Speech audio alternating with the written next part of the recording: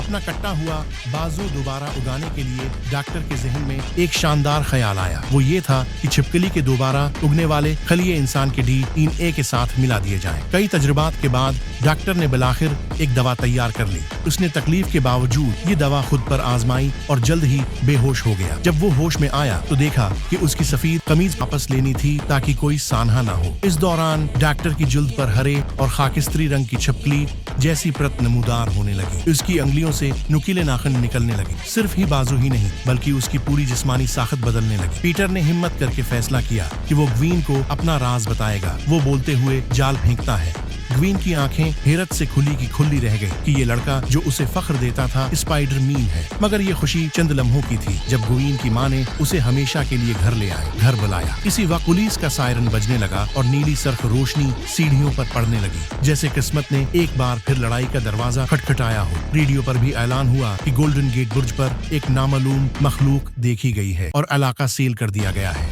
इसी दौरान अफसर जो गाड़ी में बैठा ट्रैफिक की शिकायत कर रहा था, अचानक पल पर अफरातफरी फैल गई और लोग भागने लगे। फजा में पेट्रोल और जले प्लास्टिक की बू फैल गई। एक धमाके के साथ पुल के नीचे से एक साया उछला। उसकी हरी जल्द अंधेरे में चमक रही थी। अफसर भागने की कोशिश करता मगर अब देर हो चुकी थी। वो एक दिवाहिकल छिपकली नमा मखलूक थी जिसके जिस्म पर मजबूत खून था।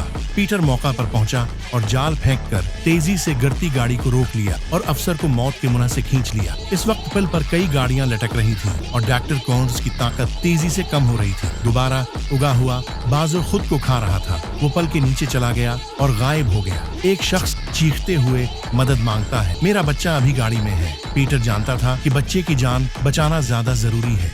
उसने छलांग लगाई और जाल फेंका और रफ्तार से गाड़ी पर जा पहुंचा जो पुल के किनारे लटक रही थी।